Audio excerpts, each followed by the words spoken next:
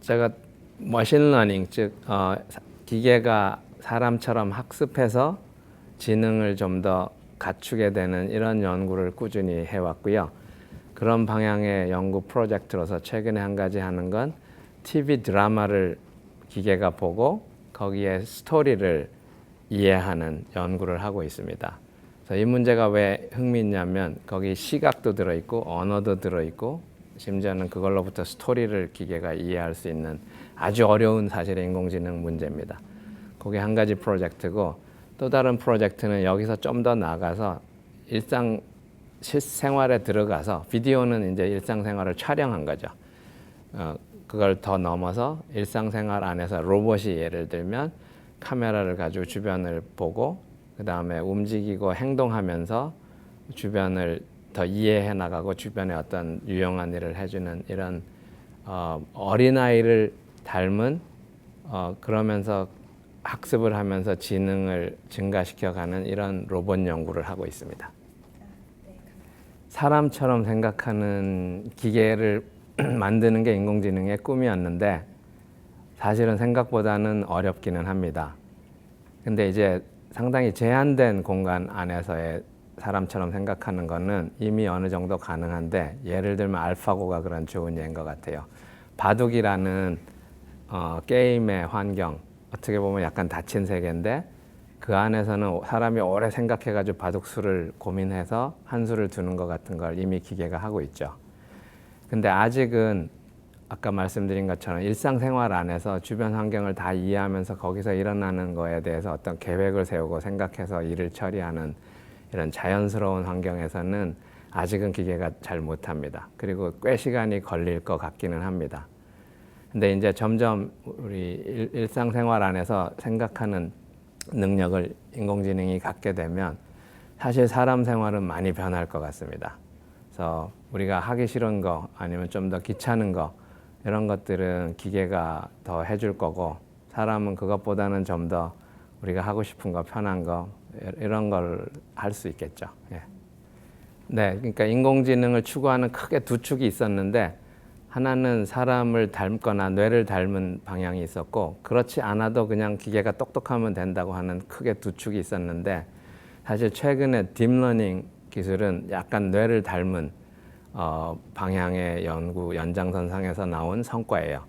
그런 걸 보면 지금 딥러닝 기반의 학습이 기존의 방식보다 잘하는 이유를 보면, 데이터를 가지고 기계가 뭔가를 스스로 학습을 하고, 그 다음에 주로 딥러닝 결과로 보면 유연합니다. 예전에 사람이 프로그래밍한 방식의 기계보다 훨씬 더 유연한 일을 할 수 있고, 그래서 불확실성이 존재하는 문제에 대해서 유연하게 대처하는 이런 쪽에 그러니까 뇌를 닮은 기술들이 더 잘 적용될 수 있다는 게 판명이 됐고요. 다른 측면을 하나 더 본다면은 에너지 문제가 많이 이슈가 되는데, 사실 생체를 닮았거나 뇌를 닮으면 기존의 기술보다 에너지를 적게 쓰고도 같은 문제를 풀 수 있는 이런 장점이 있습니다. 사실은 중요한 이슈입니다. 기계가 어떻게 윤리의식을 가질 것인가. 윤리의식을 가지지 않거나 잘못하게 되면 아주 위험한 상황으로 직면하게 될 것 같은데, 그래서 그거는 아직은 연구 주제입니다. 그러니까 윤리의식을 기계한테 우리가 인간 사회에서 규범이 있는 것처럼 넣어줄 것인지, 아니면 기계가 스스로 어떤 방식으로 윤리의식을 가지도록 유도할 것인지인데, 그 후자는 사실은 쉽지는 않습니다. 경우에 따라서. 그래서 그거는 아직은 연구 주제인데 역시 중요한 일이라고 생각됩니다. 지금 모든 사람들이 스마트폰을 한 대 가지고 다니니까, 그리고 하루 일과를 스마트폰이 저랑 같이 하잖아요. 하루 종일. 물론 주머니 속에 있는 시간이 지금은 많지만 앞으로는 아마 스마트폰이나 웨어러블 디바이스처럼 몸 밖으로 아마 나올 가능성이 꽤 있고요. 그렇다면은 내 몸에서 일어나는 거, 아니면 내가 지금 보는 거, 어느 거를 더 주의 깊게 보는지, 아니면 내 목소리로부터 내 기분이나 감성 상태 이런 것도 일부 알아낼 수 있고, 그래서 사실 프라이버시 이슈가 있을 수 있는데 만약 기술적인 것만 관점에서만 본다면 내가 관심 있는 거 아니면 기분 상태 이런 것 같은 거를 스마트폰을 통해서 간접적으로 기계가 다 인식해낼 수도 있죠. 그래서 이걸 통해서 생길 수 있는 응용은 사실은 무한합니다.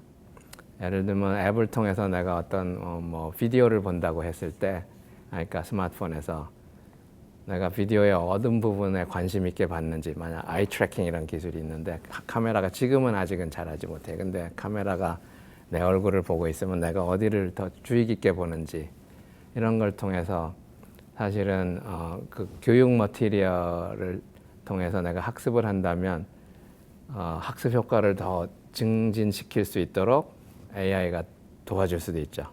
그러니까 내가 관심 없어 하는 거 아니면 잘 못하는 거 이런 걸 알아보고 그거를 더 집중적으로 교육 프로그램에서 제공을 한다든지 뭐 이런 것들이 가능할 것 같아요. 예, 사실 AI가 이제 전자화된 디지털화된 데이터나 문서나 이런 것들은 사실 다 학습을 원리적으로는 할 수 있습니다. 물론 아직 사람처럼 완전하게 학습하지는 못하는데, 그렇기 때문에 반면에 사람은 그런 거는 이제 단편적인 지식은 기계한테 오히려 의존하거나 도움을 받는 게 맞고 적극적으로 그거 가지고 경쟁하려면 사람이 이기지 못합니다, 사실.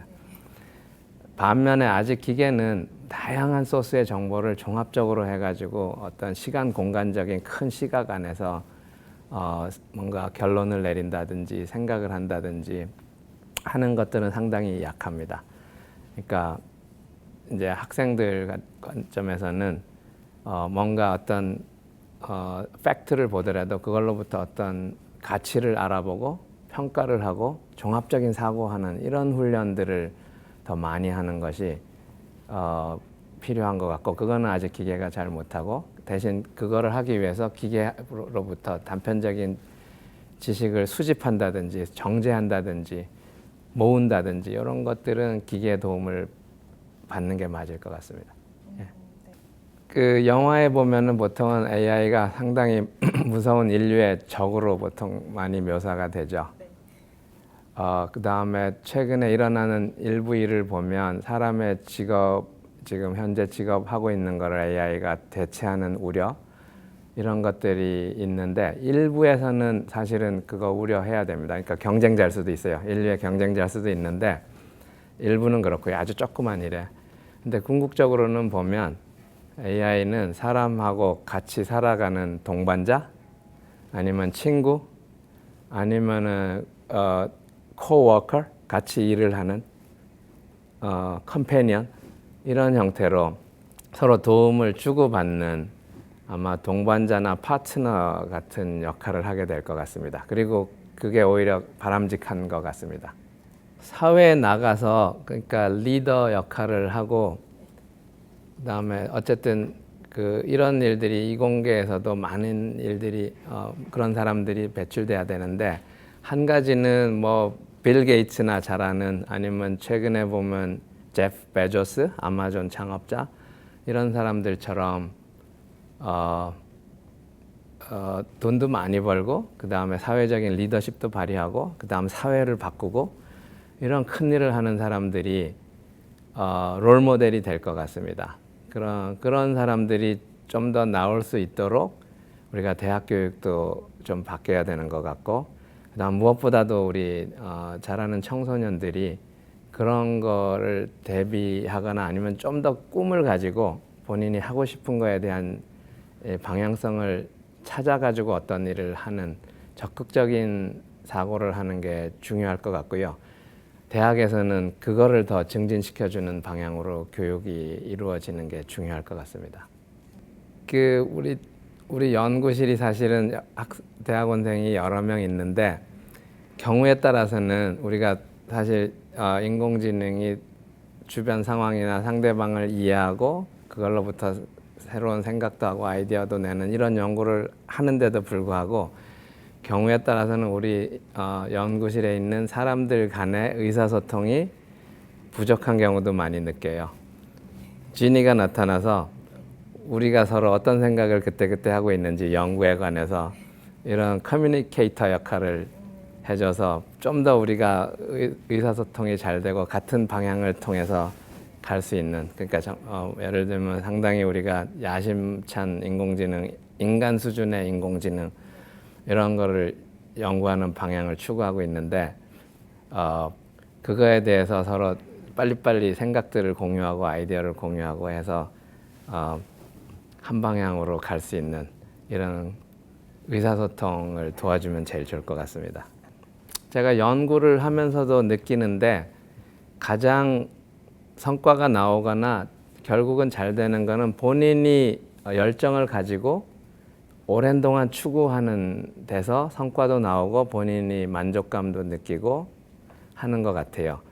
그거를 보면 지금은 우선 대학 입시라는 게 있어가지고 너무 너무 한 가지 목표에만 치중하다 보니까 다른 많은 것들을 놓치는 단점이 있는데, 근데 궁극적으로 많은 성공하는 사람들을 보면 자기가 꾸준하게 뭔가를 추구해 왔고 그런 면에서 본인이 가장 뭐를 좋아하는가, 뭐에 흥미가 있는가, 어떤 사람이 되고 싶은가를 좀 더 생각을 하고 그거를 실현할 수 있는 방향으로 계속 꾸준히 노력을 해나가는 게 필요한 것 같습니다. 그래서 이제 대학 입시라는 게 이런 거를 하기 어렵게 만드는 제약으로 작용하는데, 그럼에도 불구하고 그 노력을 꾸준히 하는 게 중요하다고 생각합니다.